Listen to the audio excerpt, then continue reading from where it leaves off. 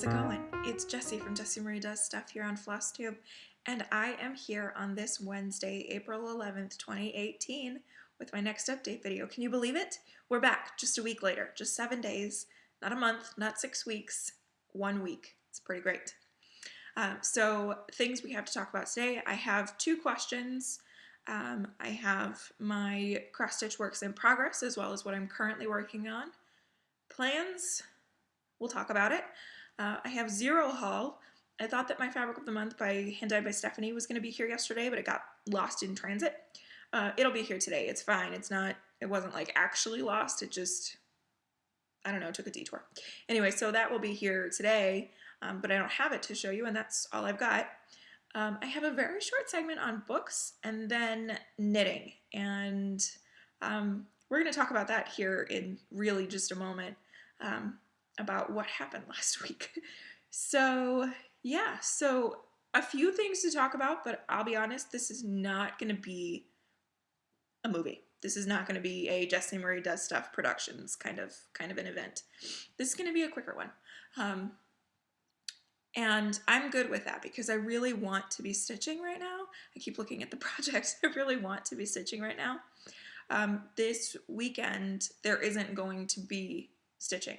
And so I want to take advantage, but I also want to get this filmed and this video out to you guys. So here we go. I have had a thought about the fact that my videos are short these days. They are shorter, and I had a really great suggestion from somebody by the name of Beth Allen, and Beth is new to FlossTube. She's new to watching FlossTube as well as cross stitch on Instagram, and so Beth sort of asked if I would maybe add in some recommendations for some channels for you and for anybody to check out, and I'm happy to do so. There are plenty of FlossTubers that will introduce like the new FlossTubers. They'll talk about new channels that have popped up. And I'm always mentioning channels, but I generally talk about the same people. It's just my group. So yeah, I'll be happy to sort of put out a couple of channels that I've recently watched, and then help the recommendations go around. And I would be happy to do that today, except that I totally forgot to prepare anything. And so I'm going to reserve that for next time. I will start doing some recommendations next time, but I need to have some more coherent thoughts and some ideas. I mean, I could shout out channel names, but I would rather have something prepared, something to say, rather than, yeah, this person. That's not doing anybody any justice. So, but I will start doing that absolutely next week. The first question that I pulled is coming from Felicity at Flissy Fish Cross Stitcher, and Felicity was like, "Hey, what happened to your knitting update last week?" Whoops. Yeah. So here's what happened. I filmed the whole thing last week, and it was 2.5 hours long. That's insane, right? And like, I just wasn't feeling another 2.5 hour video. I would have done it except for the fact that the knitting segment, I just didn't like what I had to say. And I'm actually super glad that I cut it out because a lot has changed since then. And you'll see that once we get to that segment here at the end of the video. But a lot has changed since then, so it's kind of okay that I had to cut that out. It's like I mentioned, I'd rather do quality than quantity, and that segment wasn't quality. So yeah, but so then I know that at the beginning of the video I talked about how I was going to do knitting updates, and I meant to go back and cut that out and try to blend it together so that I never even mentioned that, but I totally forgot. And I remembered at about 50% upload, and I wasn't going to stop there. So yeah, sorry for the confusion if anybody caught that. That was crazy. And then, but Felicity, there will be knitting talk today, so just so you know. Let's see here. My second question, I didn't write anything down, and so I'm trying to pull from memory. The second question came from Stephanie Watson, and Stephanie asked if I intend on doing an updated whip parade this year. And I've actually been thinking about this kind of a lot lately. Sorry, Thor's frustrated at something. He's heavy sighs. Anyway, I have been thinking about a whip parade kind of a lot recently about whether I was going to do an updated one, and I don't know, because a lot of it's going to be repetitive. I might have advanced on most of the projects, but not all of them, and the changes to the whips are they're kind of small. Like, I don't know. I thought about going through and watching that whip parade and looking at the whips that I have finished and started since then. And so maybe I'll do that and compare notes, and if there's significant enough change, then maybe I'll consider doing another whip parade, but it might not be till next year. Just to give a little bit more distance in between them. But it's kind of, we'll wait and see. So that kind of begs the question, is anybody else planning on doing another whip parade this year? Or their first whip parade? Is anybody intending on doing that again? For me, it was a lot, a lot. But it's not necessarily a lot for everybody. So I'm just curious, is everybody talking about doing that? So Stephanie, wait and see. I'll let you know. And so yeah, that's it for the Q&A. If you have any questions for me, by all means, leave them in the comments below. I'll be happy to get to them next time. If it's not something where I need to answer you directly instead. 2 other items of note before I start talking about whips. At the very end of my last video, before I led into the Thor clip, I sort of snuck in a little note that that I would be seeing everybody at New Jersey, or in New Jersey, and that was intended for one particular person. It was intended for Ingeborg from A Stitch Too Far, because we all know that Ingeborg is coming to the New Jersey retreat, and I sort of made a pseudo announcement on the Facebook group for the New Jersey retreat that I was attending. But since Ingeborg's not on Facebook, I just kind of wanted to sneak that in and see if she picked it up. And she did. She was like, wait a second, did I know that you were coming? So now I can sort of say it officially. Yes, I will be attending the New Jersey retreat. I am so excited. I got the email from Arlene a couple weeks ago, and she was like, hey, your name's come up off the wait list. Would you like it? And I said, yes. What do I need to do? I'm in. I'm so in. And then I was like, okay, I better talk to my husband about this before I sign up for a 3rd retreat for the year. Despite the fact that I would like to, I can't go to all the retreats, spend the husband's money, as McKenna would say. So I talked to Danny about it, and Danny was like, well, you know, we're talking about family stuff and whatnot, so this might be the year to do it. Like, if you're gonna go to all the retreats, let it be this year. And if you have an opportunity to get to this one, then maybe you should, because, you know, we have a lot of people coming in internationally to the New Jersey retreat, and so this is an opportunity to meet some people that I don't know that I would have the opportunity. It kind of breaks my heart a little that there are FlossTubers in the world that I don't know that I'm going to get to meet in this lifetime. Just the same as it breaks my heart a little to look at the patterns in my stash and know that at some point I'm going to reach a point where I can't stitch on that. Like there are things in my stash that I may never stitch. That's kind of sad. But it's even worse thinking about FlossTubers that I would like to meet and not having an opportunity to meet them. But listen, I'm not a Rockefeller. I can't travel the world. And I know that that's pretty much the status quo. Like, we're not all globetrotters, as much as we would all like to be, of course. So yeah, so having an opportunity to meet Allie from Allie's Stitching Studio and Ingeborg from Stitch Too Far and all of the people. I mean, just all of the people. It's pretty great. So looking forward to it. Let me know if you guys are going to New Jersey and if we need to say hi. I've been thinking about May a lot, like trying to figure out what I'm going to stitch during May. How far I'm going into Mania, if I'm doing Mania, just, all of the things. And I'm already starting to think, like, what the heck am I going to stitch for 4 days? I don't know. We'll see. So anyway, so there's that. And then there was a second point of note. Oh, yes.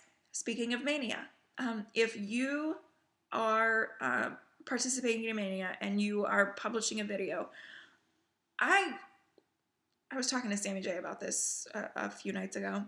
I get so excited when it starts to get to be Mania time because I love Mania videos. Like I just love them. I love how crazy people get. I love all of the starts. I love all of the enabling. It's just so much fun. Mania is just one of my favorites. And yeah, it's good. So if you are participating in Mania, I would really like to put together a playlist of all of the Mania videos. Just as they come in, I'll just add them to this playlist and make it public so that everybody can access it if you want to. I don't know exactly how I'm going to organize it, whether I'll organize it by channel or just by date or whatever. But if you are filming for Stitch Mania, send me your link, either comment on one of my videos, hey Jess, here's my Mania video, put it on the playlist, or private message on Instagram or Facebook or whatever. Send me those links because I know that I'm not the only one who gets really excited about Mania videos. So yeah, I just thought that it would be great to have like a collection, like a space for them, so that people can binge Mania stuff. I love Mania. I get so excited about it. Even if I'm not participating this year, even if I'm not starting anything this year, which I am considering, I still get a kick out of Mania. So, okay, 10, 12 minutes in, probably should start talking about some of my stitching things. So let's go ahead and do that. We're going to switch over to works in progress. Okay, so when we last spoke, I was working on Opus 2 by Long Dog Samplers, and I was working on this for the All That Jazz Sal in Stitch Mania. This is one of my Year of Reps projects. Lisa from Lisa's Stitching and Stuff. Not stuff. I'm the stuff girl. Anyway, Lisa's Stitching and Such asked if I had seen Mr. Holland's Opus, and I've been trying to think of that movie title for like a month now. So thank you, Lisa. I couldn't even figure out how to search for it. I was like, Mr. What's his name? Poland? No, it wasn't Poland. Like, I was embarrassing myself. Anyway, Mr. Holland's Opus is one of my favorite movies. I have loved that movie forever. So, Lisa, thank you for saving my sanity and also for reminding me of another link. Because the Stitch Mania month-long Sal is related to music somehow, and so I made the bridge that Opus 2, being an opus, a large body of music. Or art otherwise. So here is what the design will look like finished. And I'm going to insert a preview here of what this looked like the last time you saw it. Oh, Stitch Minder. Words. Needle Minder, Agate Slice, this gorgeous kind of beachy aqua one. I think this one, yeah, this one came from Abby all those days ago. And all those months ago. And so I'm going to show you the progress and then we'll talk. This is on a 32 count linen in Oyster by MCG Textiles. See you later, MCG Textiles. And so there's my final progress. Oh, doesn't this look good? I'm so excited. Yeah, big fan of the progress that I made. So, last we spoke, I was on this side of things and I had finished the big motif. And I don't think that I started on the little ones, but maybe I did. Maybe I had the little ones on this side done. And I know that I started on this dragon here. And I talked about the fact that my original goal for those 4 days, was just page 1. And so you can see that I finished page 1. And then page 2. And then I got into page 3 a little bit. Because I couldn't put this down. Like, I couldn't do it. I got up Friday morning and I was like, all right, I have to switch to In This Moment. And I was like, I just don't think that I can do it. I don't think that I can. And then I think I posted that on Instagram. It was either Thursday or Friday night. And I said, I don't think I can switch. And so I don't think I'm going to. And D Stitcher was like, well, it's your month of indulgences, isn't it? So, like, work on what you want to. And I was like, well, yeah, duh. That's what I said. It sure is what I said. So I kept going. And Friday, I think I finished out the alphabet. And then I got started on this motif. And I had to get this motif done before I could put this project away. I had no intentions of actually getting to this motif, but I did. And then I just stitched it. This is being done in DMC 924. It's this dark bluey green color. And I've told this story a few times, but several people have asked me as of late, why 924? I don't have a particular attraction to 924, but here's what happened. About 3 years ago, about 3.5 years ago, I was working on Frosty Knot Garden by Chatelaine. And I was stitching on a particular section that called for DMC 924. And I didn't have it in stash, and I didn't feel like getting in my car and driving to Michael's to go buy a skein. I don't think my Walmart was built at the time. And even if it did, it doesn't matter because it never has any DMC that I actually need. I'm always amazed by that. I didn't feel like driving anywhere to go get it, and so I was going to order it online. Well, I was kind of in financial straits at the time, and so I wasn't going to order it from 123 Stitch, knowing full well that I would have to fill the envelope a little bit, justify the shipping, because I'm not just going to order one skein of floss. That seems silly. So I went to Amazon, because Amazon, I'm a little bit better about just buying what I need, usually, and then calling it a day. So I look up DMC 924 on Amazon, and something pops up, and it's $5.99, but it qualifies for Prime shipping.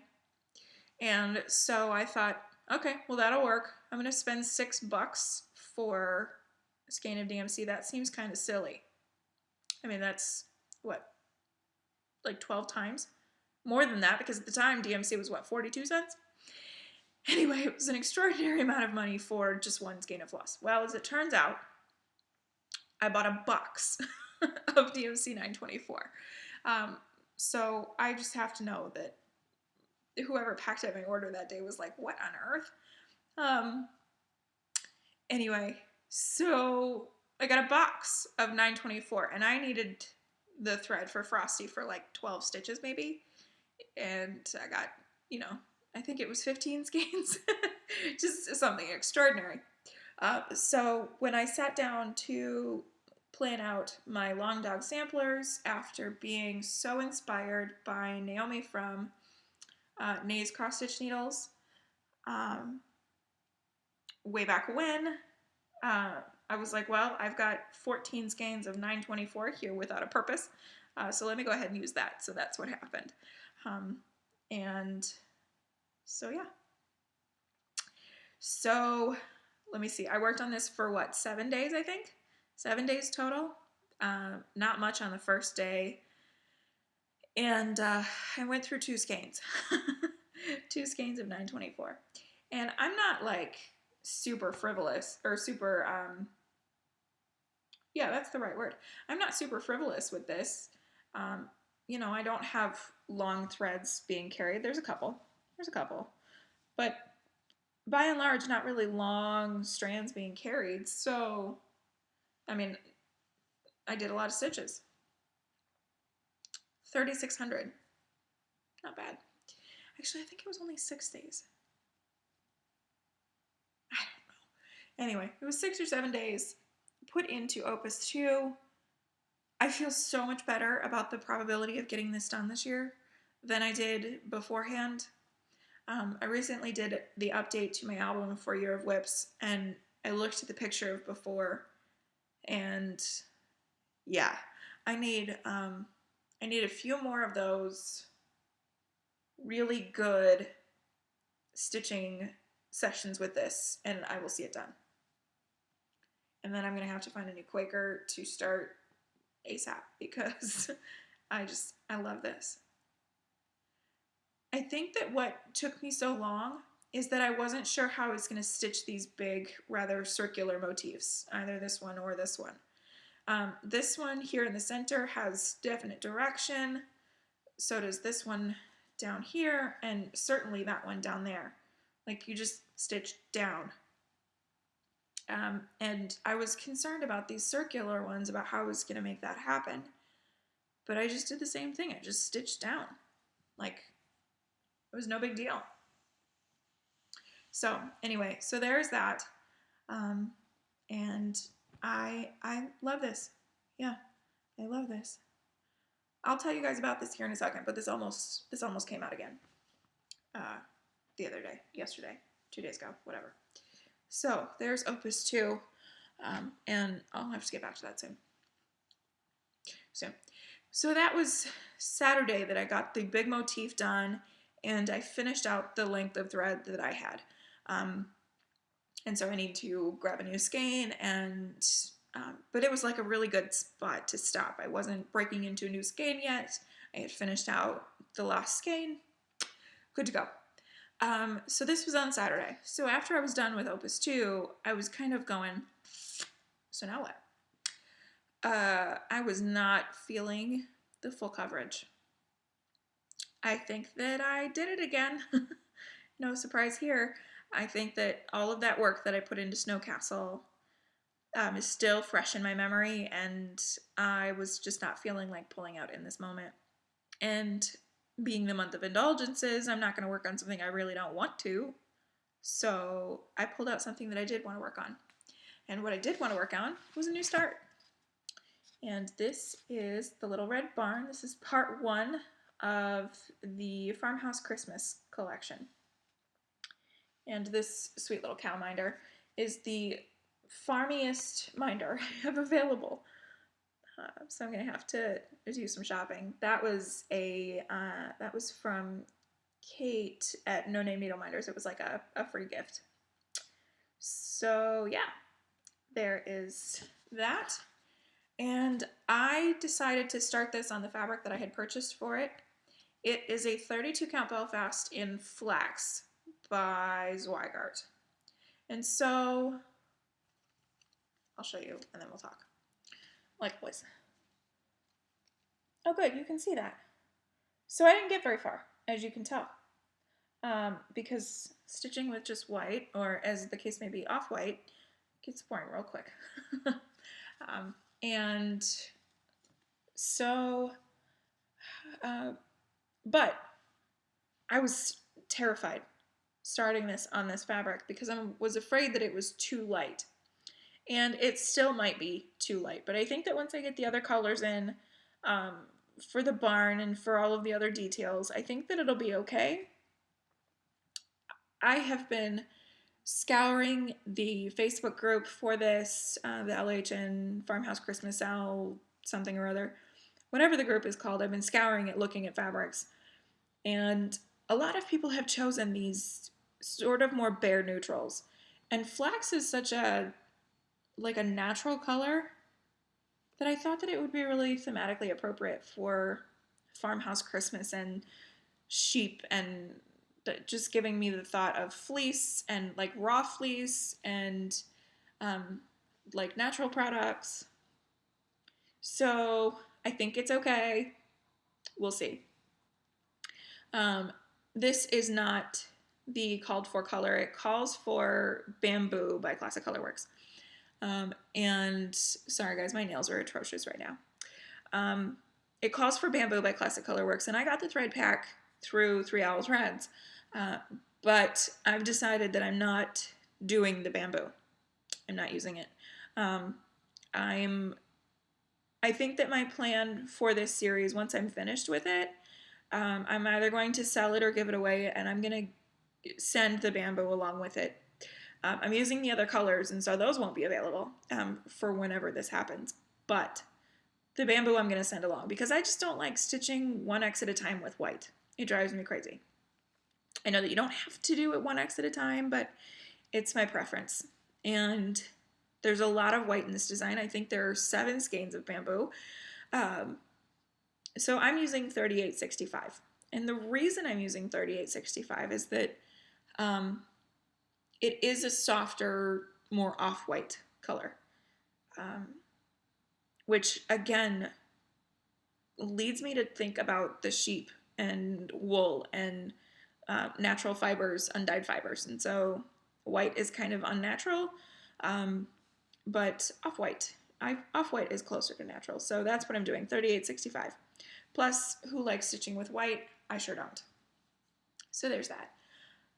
So I worked on this on Saturday night, and then Sunday was kind of a slow to stitch kind of day. I didn't stitch until the later evening.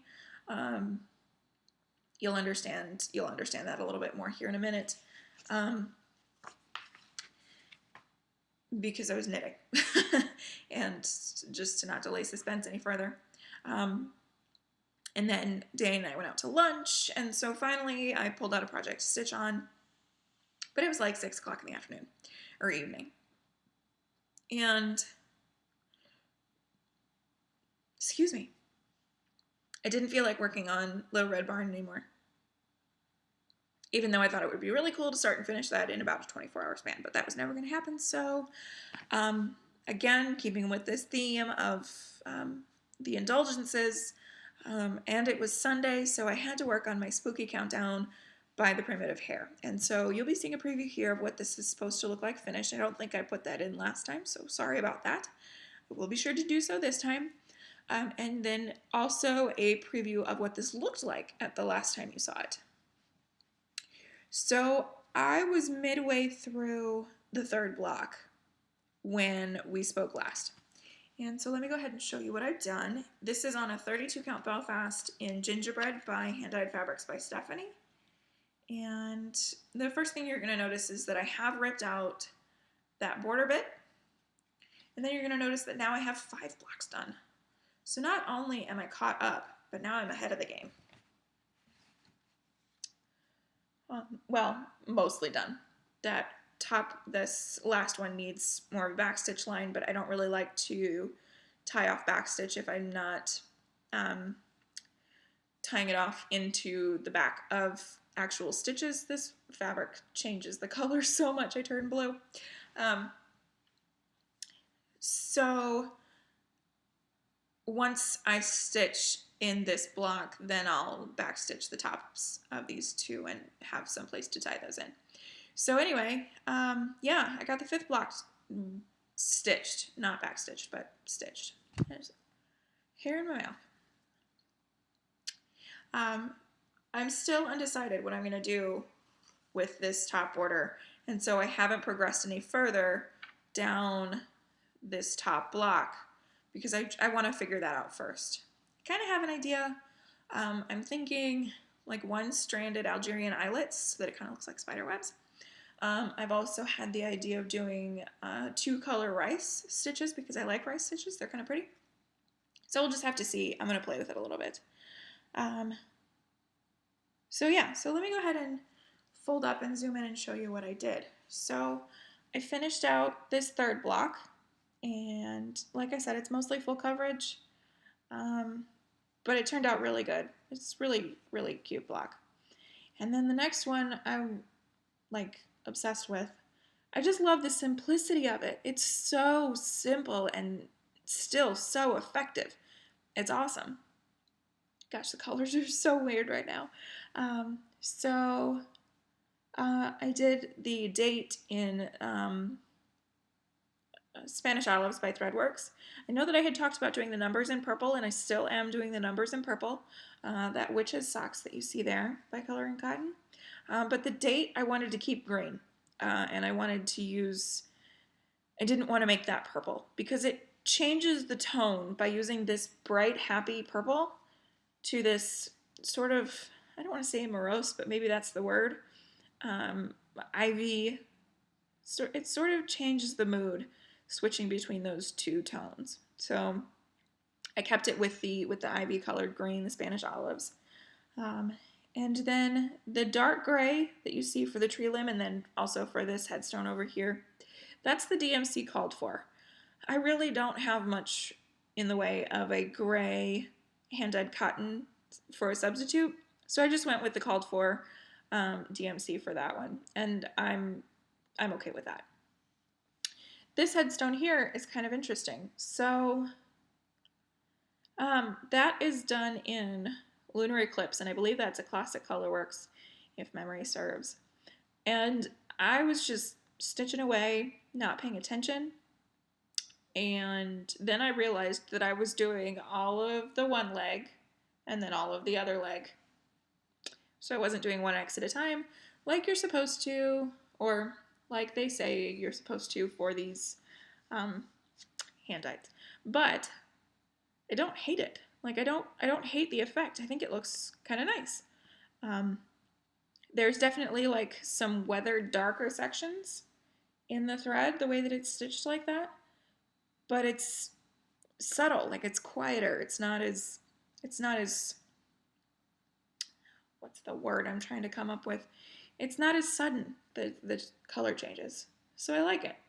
I'm not mad about it. And yeah, that block stitched up surprisingly quickly. I mean, it's basically, 3 colors in the whole block? Anyway, so loving this. So much fun. And this fabric, that's closer. It's really rich. It's like a rich orangey brown color. So the reason that I went ahead and did that 5th block is that this weekend, like I've alluded to several times, there will be no stitching. And my t-shirt kind of has something to do with it as well. So this weekend is the 3.2 Run in Remembrance down in Blacksburg at Virginia Tech. And it is Memorial Weekend. So the last time that I talked about this, I cut it out because I ended up crying. So I'm going to try not to do that today. This year's anniversary kind of snuck up on me. I don't think that I was fully prepared to be affected by the anniversary this year. I think that I thought I was going to get through it just fine, and then all of a sudden I was overcome with emotions about it. So this year, they stuffed the 3.2 Run in Remembrance in the morning and the Virginia Tech spring scrimmage in the afternoon. They put it all in one day. Last year, so in years past, what they've done is they've had the 3.2 Run in Remembrance, and then they had like a spring scrimmage, but it wasn't the spring football game. It was like a kind of a public practice is really what it boiled down to, and they had it out on the field and whatnot. And then last year, they canceled that. Like, there was no scrimmage whatsoever. So this year, they put the spring game in the back half of the day. So I think that that's part of the reason why I wasn't really all in my feelings about the anniversary, because I had the spring game to consider as well. It's going to be a jam-packed day on Saturday. They normally put the spring game either the weekend after or 2 weeks after. It usually lands on my birthday, if my birthday lands on the weekend. But this year it's a little different. So this year, not only are Danny and I and Danny's parents going, but like the whole family's going. It's like a little reunion kind of thing. So both of Danny's brothers, Danny's older brother, is married and they have 4 kids, and everybody's coming down. And then his younger brother's coming up from South Carolina. We have a couple of the people, sorry for shaking the table, we have a couple of people that are tailgate buddies, and they're coming. It's gonna be a thing. Like there's gonna be, I can't even math that, like 12 to 14 people staying at the house. And our nieces and nephews, 3 of them are littles, and so stitching will not be happening. No. So I'm not even gonna try. I've thought about it, like hemmed and hawed, like maybe I could start a mail hook kit, like one of those gym shorts that I got from Brittany. Maybe I could start one of those. Or maybe I could find a few spare moments here and there to try to do some stitching, but no. And we're headed down tomorrow night. So tomorrow morning, I've got to take Thor up north for his long weekend stay. We're headed down tomorrow night. Friday, we're going to be hanging out, probably board gaming all day. It's a real talk. Saturday is the Virginia Tech Extravaganza. It's going to be a really busy day, kind of emotional. And Sunday, we'll be hanging out. And then, so this is the 11th anniversary of the tragedy at Virginia Tech. And it is only the second time in those 11 years where the anniversary has landed on a Monday. And 4/16/2007 was a Monday. So I don't know, it feels somehow significant to me that the reunion or the anniversary lands on a Monday when it was on a Monday 11 years ago.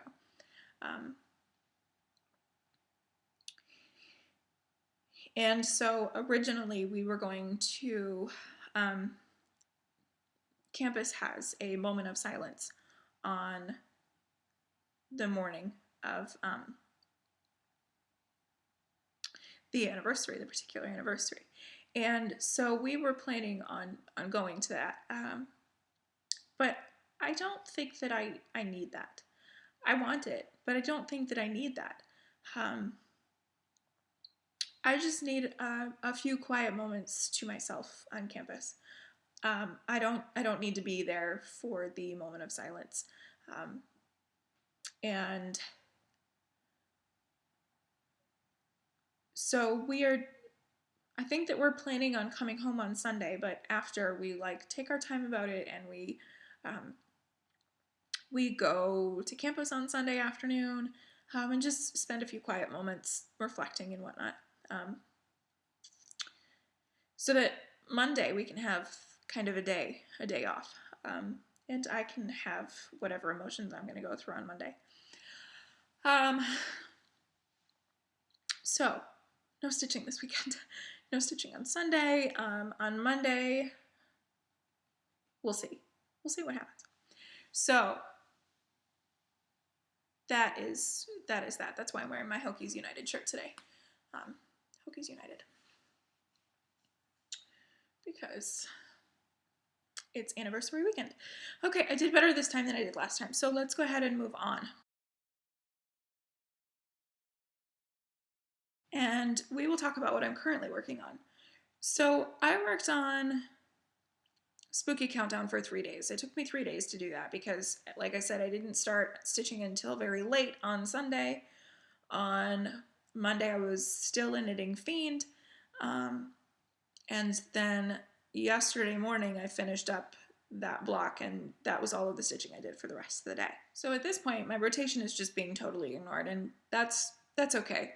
I had wanted to get back on track this month with the rotation, especially with New Jersey and Mania and then Ohio and, just all of the things in the coming months. I wanted to get my rotation back together for April. So I finished up spooky countdown, and I was like, okay, what's next?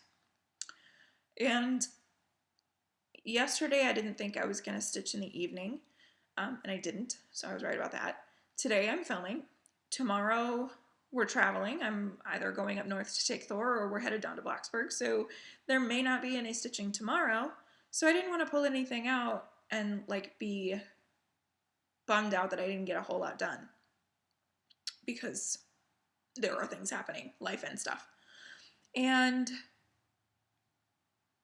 so Danny was like, well, you should just pull out Lady of the Flag because that's what you were supposed to work on this week, isn't it? I'm like, yeah, that's what I was supposed to work on. And so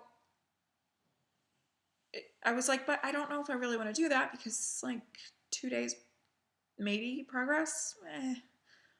That's not really the amount of time that I want to spend on Lady of the Flag, so I don't know how I feel about that. And he was like, well, you don't have to just only work on it for those 2 days. You can work on it when we get back next week or later in the month or whatever.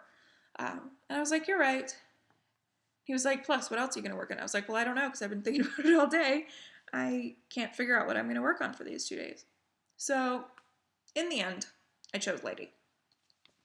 Lady of the Flag is rather an emotional piece. I'm kind of in an emotional state right now, just given the anniversary and whatnot, so it's fine. It all works out. I couldn't work on Stargazer because I'm just not in the right headspace for that. So here is Lady of the Flag. Here's what she will look like finished. This is just a printout version just so that I have something to compare to while I'm stitching when I go, that color's not right. And preview here of what this looked like last time. So last time I had brought the flag down to the bottom half, but not anything else. I've worked on this morning and I did a good little bit. So let's show you what I've done. Fabric here is 32 count Belfast in Vintage Blue Whisper by Zweigart. Ha ha ha. So I almost have the top half done. I'm going to finish the top half today. So the flag we've already seen, and then this portion of the dress is down to the bottom half. Some of it's well into the bottom half, and some of it's just at that line. But yeah, we are done there. And then I just have to finish out this bit of the sleeve, I guess is what it is, to be done with the top half.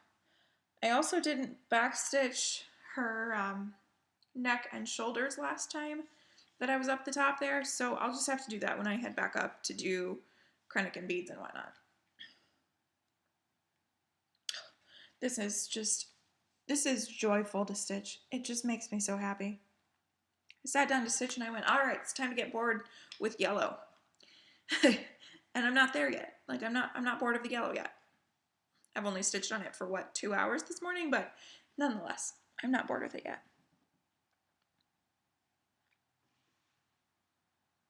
So pretty.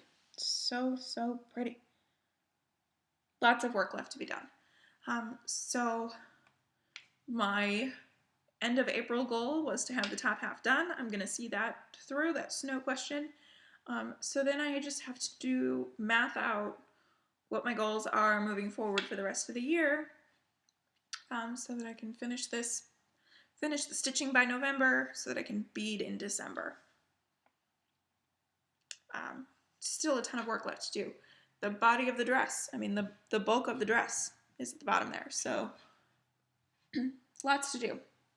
So that is hashtag Lady of Gratitude Sal. Hey Michelle, where's Mo and Sue? Haven't seen them in a while. I'm not really that snarky about it. I was just wondering. Also hashtag She's a Foxy Lady. So check those Instagram hashtags out if you want. So that's what I'm working on today, tomorrow if I get to stitch at all, and I might get to do a little bit before we head down. And then we'll see what happens next week. I didn't bring any planned projects for next week because it's the month of Indulgences, and so we'll see what happens. I also don't know when I'm going to have stitching next week. I don't know if I will stitch on Monday. I don't know. So you guys will find out when I do.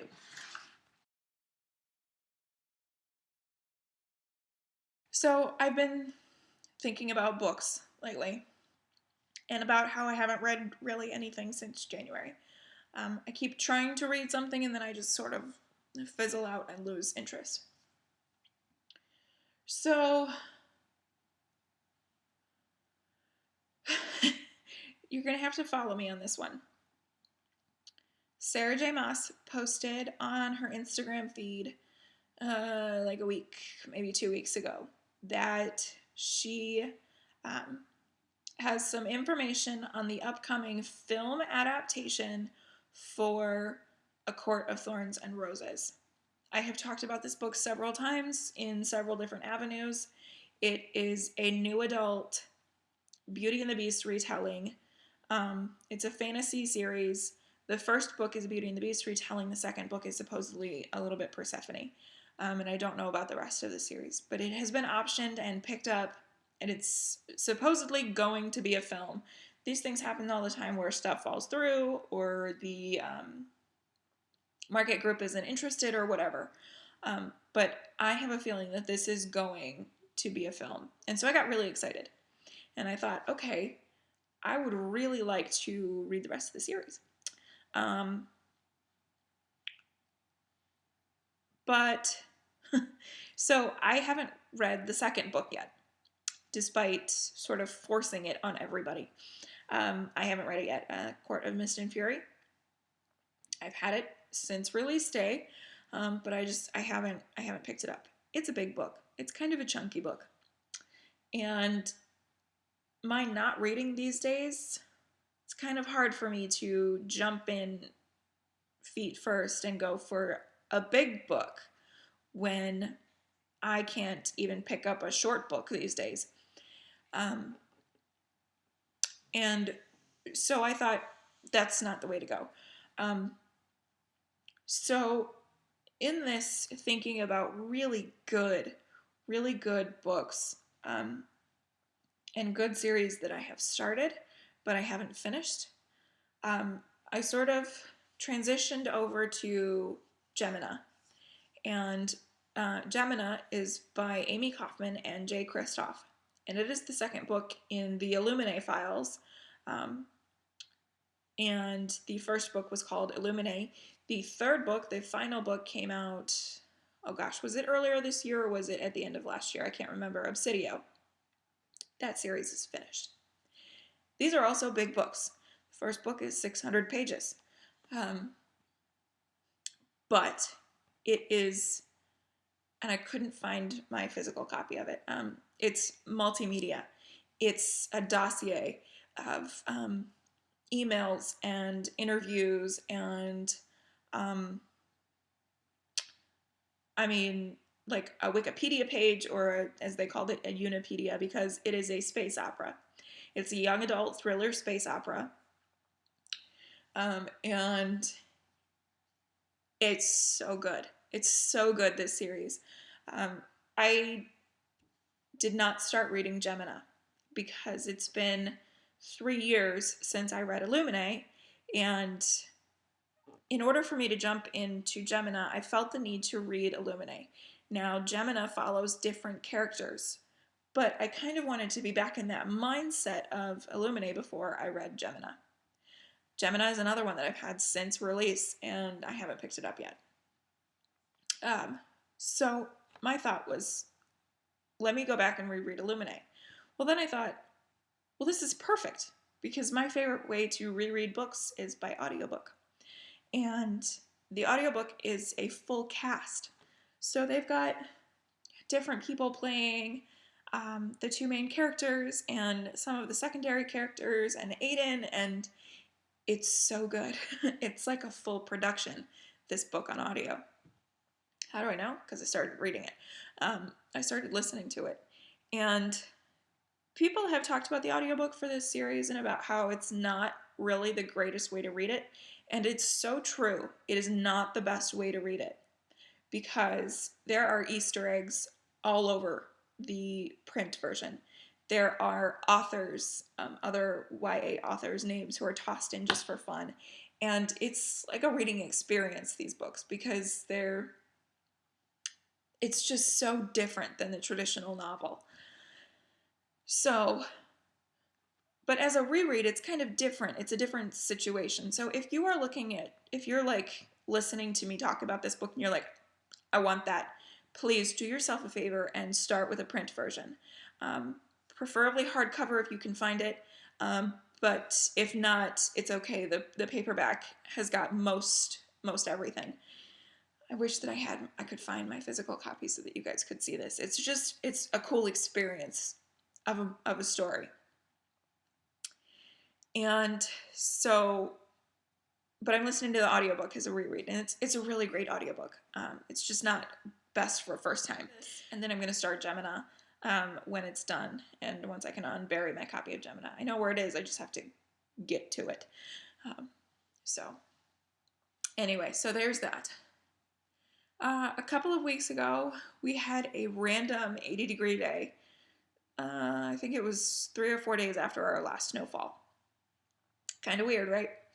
Well, so I went to go sit outside and just kind of enjoy the warm weather. And I took a book with me. And I just grabbed the first thing off the shelf that kind of screamed at me, hey, read me.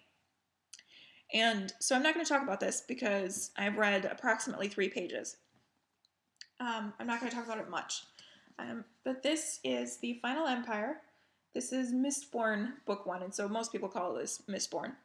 And this is by an author by the name of Brandon Sanderson. And I've talked about this several times again. Brandon Sanderson is a major name in adult fantasy.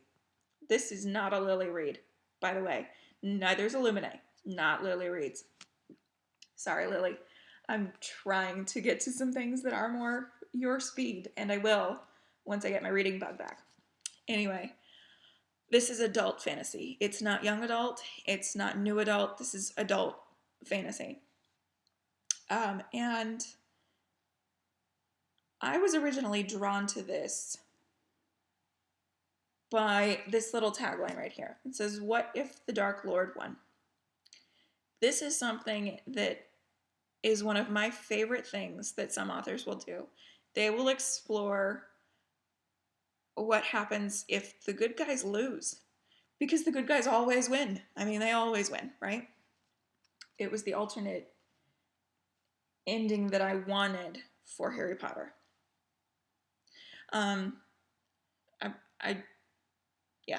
I like it when the good guys lose sometimes, because that's real life, right? The good guys lose sometimes. And so that's what this is about. This is a fantasy world. The bad guy won, and now here are the repercussions. And this is an incredibly popular fantasy series. And this author is like in the upper echelon of fantasy writers. He finished The Wheel of Time. He finished it. He ghost wrote for... Now I can't think of his name, but I'm going to put it in right here because I'm a bad person. Upper echelon, along with George R. R. Martin and Erickson, and I can't think of anybody's name. Anyway, upper echelon. This is a really popular series. It's a series that's not really quite done. He writes a lot in the universe that is in the Mistborn universe. And I can't remember what the name of the universe is. Terrible. Anyway, you won't find this. I doubt you'll find this in your local library here in the States or at the bookstore or anything like this. This is a UK edition. I am a bit of a cover snob, and sometimes the UK does it better. And this is one of those cases. I really like this this cover edition. And so, actually, I should say most times the UK does it better. So this is the book that I read a few pages from when the weather was really nice. And that's kind of my plan for this. I'm going to read this when the weather's really nice and I want to sit outside and drink a nice tea or a nice coffee and read a little bit. So it's going to take me 8 years to get through because it's big. And it's adult, so it's, it's not wide margins. There's not big spaces between the rows. Robert Jordan, thank you. Okay. I'm glad they put that in there. Anyway. Oh, I meant to look at the number of pages. There's a dictionary at the back. Because it's fantasy, and so they've got to explain some things. Like 640 pages, give or take, in this baby. So, looking forward to sinking my teeth into this when the weather gets nice. So there's that. And I'll just read that slowly and surely, and then I'll talk to you guys about it when I'm done. Okay, so that's it for books. That was longer than I intended it to be, but that's life.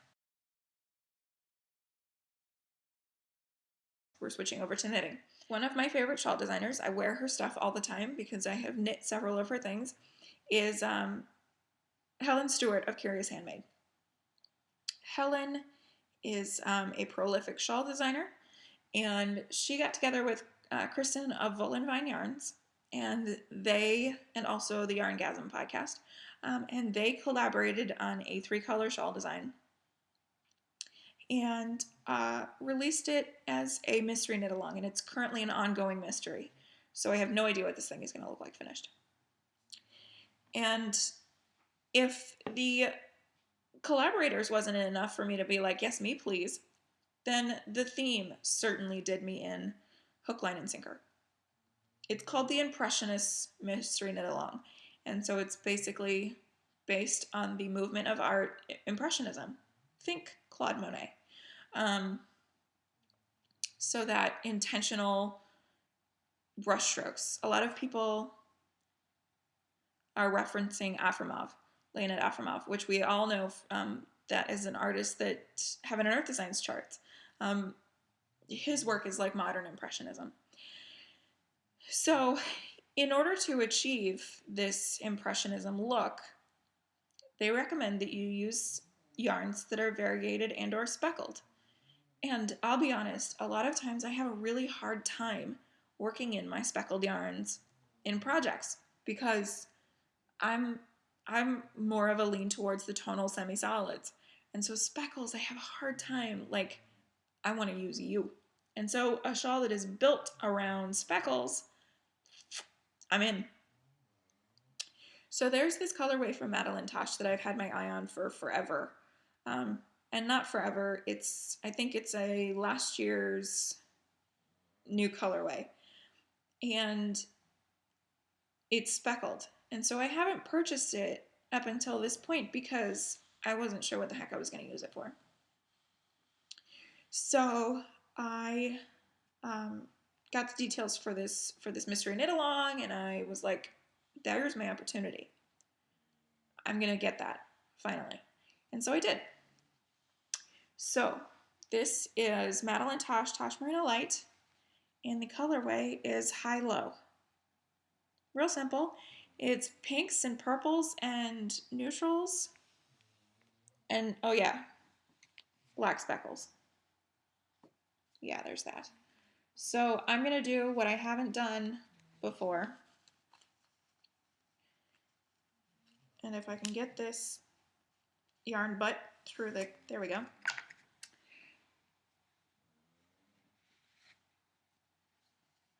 So I'm just going to unravel this skein so that you guys can see this.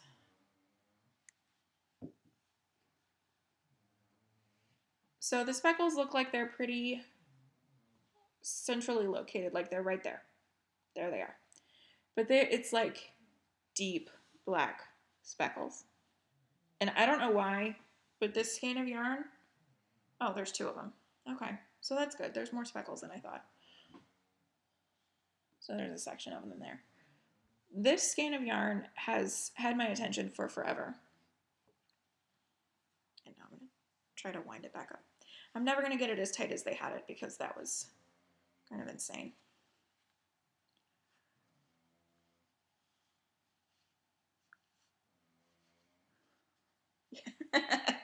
Yeah, not even close. So anyway, I'll have to put this around the banister or something. So this colorway I wanted to work into this shawl.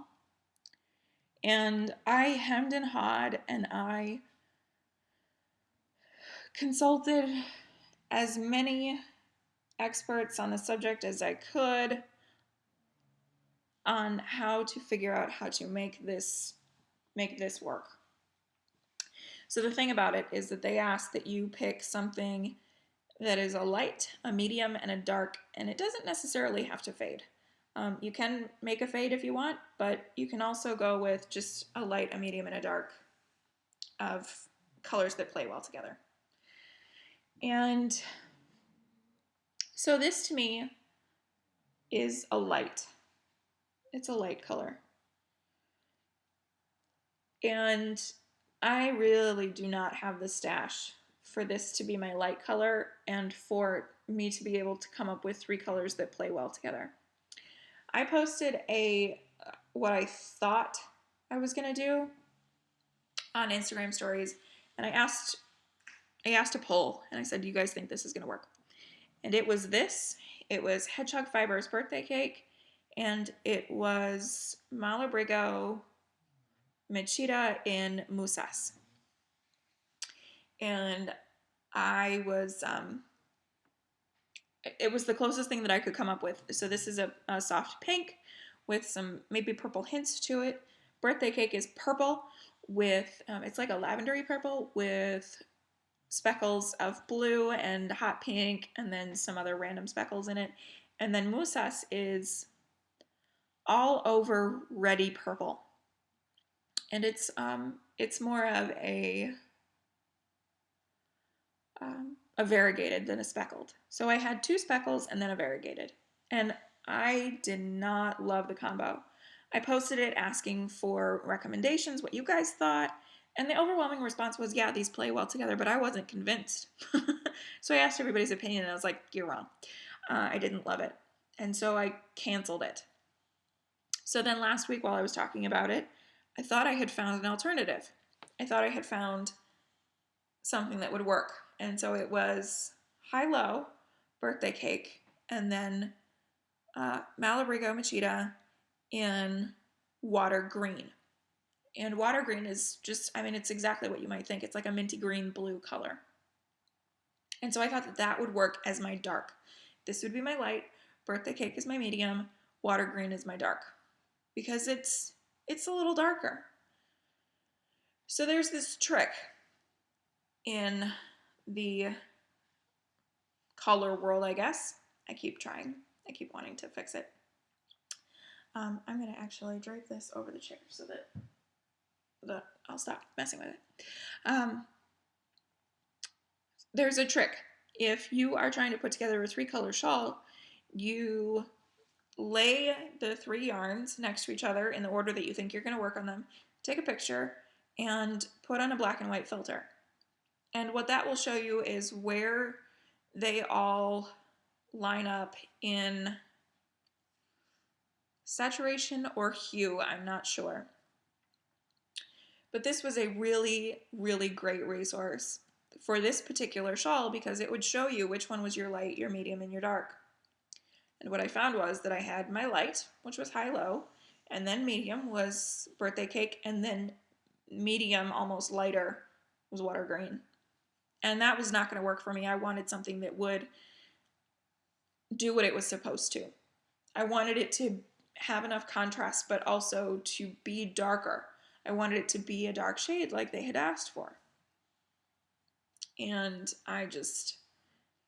it wasn't working. It just then seeing it like that, I was like, never mind. I can't do this. So I was like, you know what? It's fine. This is the universe telling me, Jess, you're not going to knit this shawl. You're not meant to. At this point, Clue 1 had been released. Clue 2 released this past Saturday. And it's a 4-clue shawl. And it's big. I mean, it's 3 skeins. So it's like a 1,200-yard shawl, give or take. So this was the universe being like, Jess, you're never going to catch up. So, like, don't even bother anymore. Do you think that I let that go? No, I did not. So, back to the stash I went. And I went for a dive. And I jumped in and I came up with something. I pulled out 3 skeins that played well together. Because birthday cake and Musas do okay. it's when I put that pink at the front that it changes the whole thing. It's not what I wanted. So if I could find a different light colored yarn that had speckles in it, we might be in business here. And so we're in business. So let me go ahead and show you my Impressionist Mystery Knit Along. Mine is inspired by a current artist, a Russian artist whose name I have forgotten now. And so I will find it and put it here. And my inspiration painting I'm also going to put in here because they asked us to come up with an inspiration painting for choosing your colors. And so here is Birthday Cake. Like I said, pale purple with shots of rich, rich blue. I love when those come up. So much fun. And there's some gold and some hot pink. And there's this other color. It's like a rust with black speckles. So it's kind of like cake with sprinkles or icing or something. I don't know. I got this, I ordered this on my birthday last year, I think, because Birthday Cake is the name of the colorway. And this is by Hedgehog. It is their skinny singles base. 100% superwash merino in a singles fingering. So there's that. My first let me backtrack a little bit. So this is Musas, and so you can see it's kind of a reddy purple.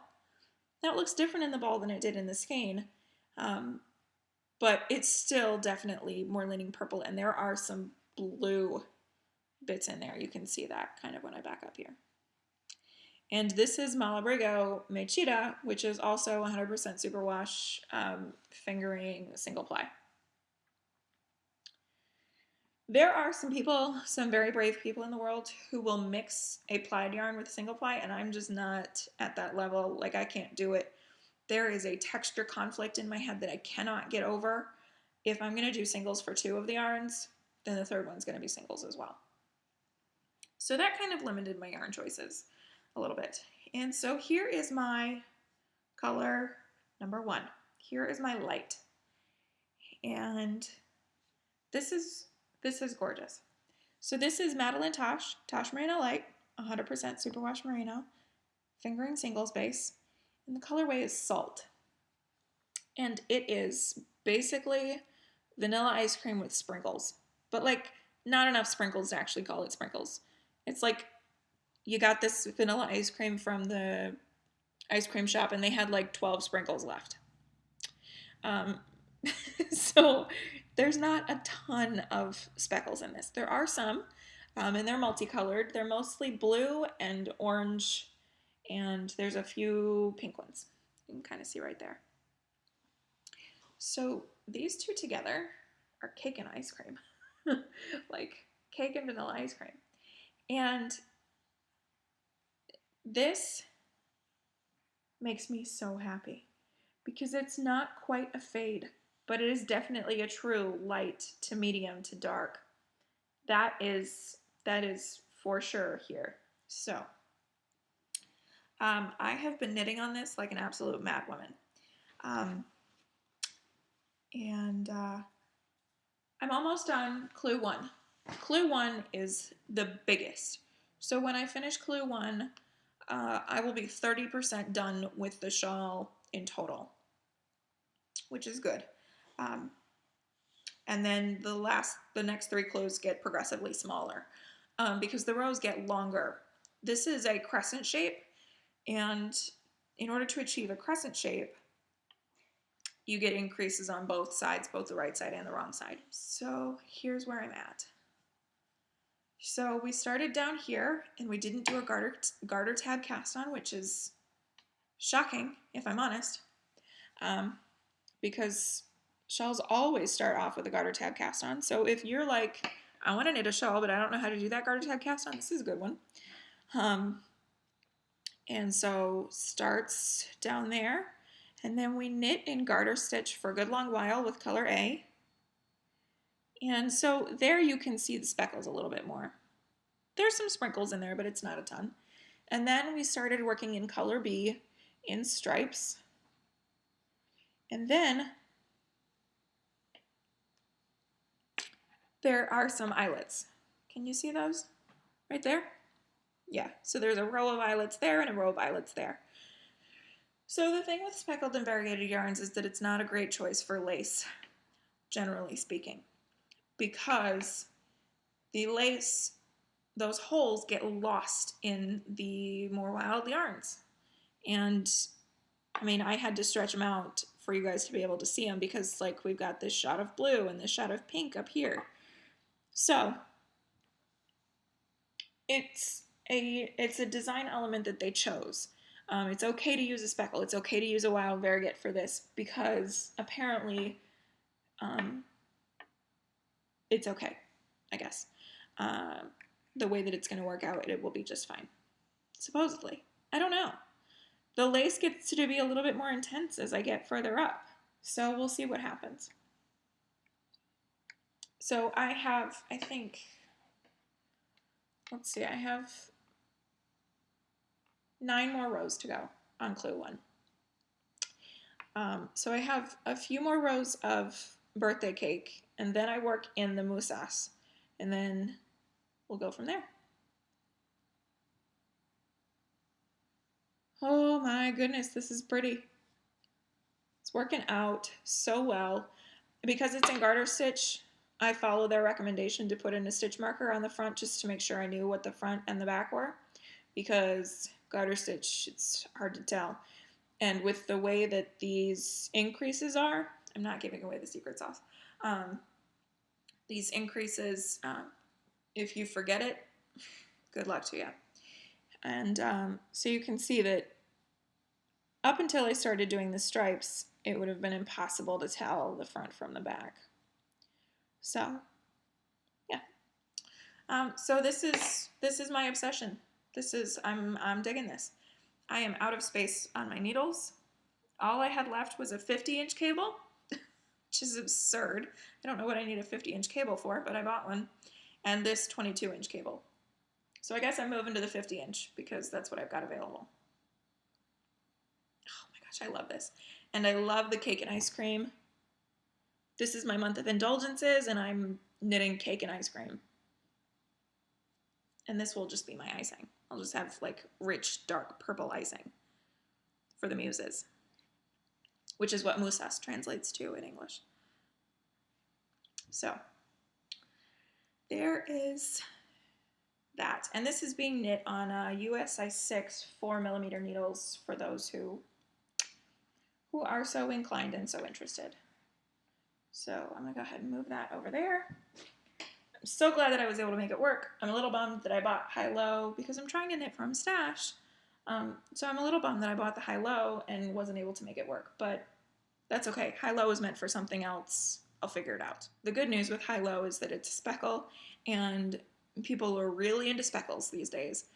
As Stephen West says, speckles are so hot right now. So, I'll find a use for that. I'm not concerned. Okay, so the next thing I want to talk to you about is something else that I'm planning on knitting as soon as I can free up some needles. So, Woolly Wonka Palooza.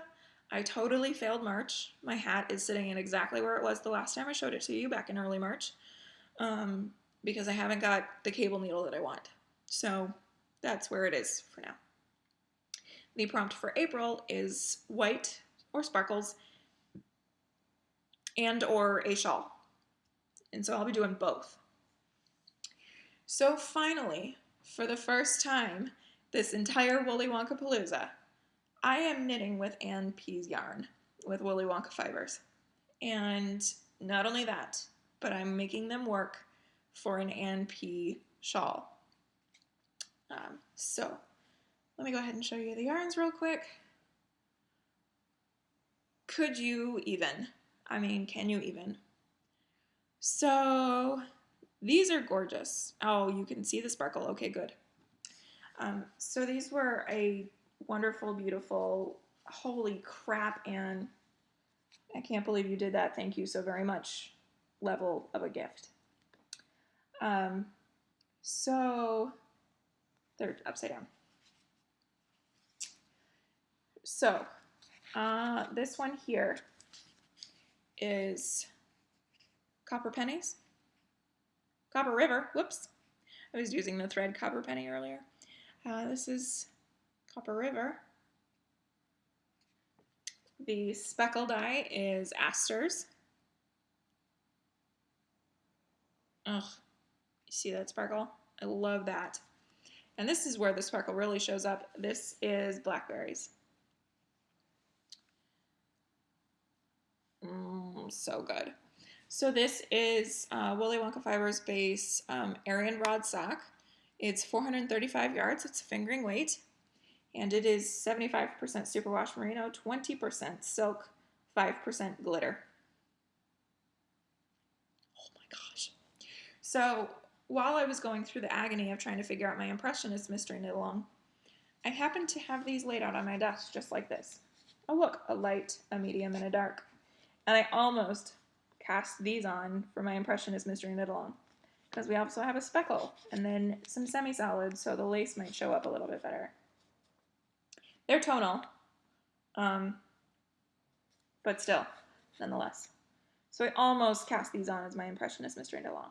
However, I really wanted these to become one of Anne's shawl designs. And conveniently and, I mean, serendipitously enough, Anne recently released a shawl by the name of RNG3. And this is genius. I mean, it's just a genius concept. So it's random number generator, 3 color. She also has an RNG5. So if you've got 5 colors you want to play with, you can do the RNG5. But this is RNG3 is what I'm planning on doing, because I have a happy 3 right here. And so the basis of this is that, so you start the shawl, and then you're given a couple options. And so you pick from a hat, or you choose, or you random number generate one of those 2 options. And so you follow the directions for whichever option you pick. And then you come to another section where you random number generate. And there's like 5 or 6, maybe even more, I'm not giving away secret sauce, segments where you random number generate your next section. So you could literally knit this shawl like 1,000 times and never get the same effect, never get the same thing. It's never going to be the same finished object. It's absolute genius. And holy math work, Batman. That would take a lot of figuring to do. And I'm so excited to do this. So I think that I'm going to do a true RNG, and I'm going to random number generate each of my options. I'm either going to roll a dice or I'm going to use the random number generator. I'm so excited. But I need needles, because my US 4s, I've only got 1 set of US 4s, and they're tied up in my doodler. So anyway, I adore this. It's beautiful. I can't wait to get started on this. Even if it doesn't qualify for the prompt for Willy Wonka Palooza, I'm casting that on as soon as I possibly can. Because these babies are earmarked for that design. They're just so happy. And I'm going to wear the heck out of this. I can already feel it. I can already feel it. So there's that. I was messaging with Anne recently trying to figure out which one to use as my color A and which one to start with. And so I think I'm going to go light to medium to dark. I think that's what I'm going to do. I'm so excited. I can't stop showing it. I'm like, do you guys see this? Put it down, Jess. So that's it for the knitting, and that's it for the video. I've got nothing else to talk about. Another hour and a half. I didn't mean to. It just happens. So I am going to bid you all adieu. I hope that you enjoy the rest of your week. I hope you have a fabulous weekend. I will see you guys next time. Have a great stitching week, and yeah. All right. See you later. Bye.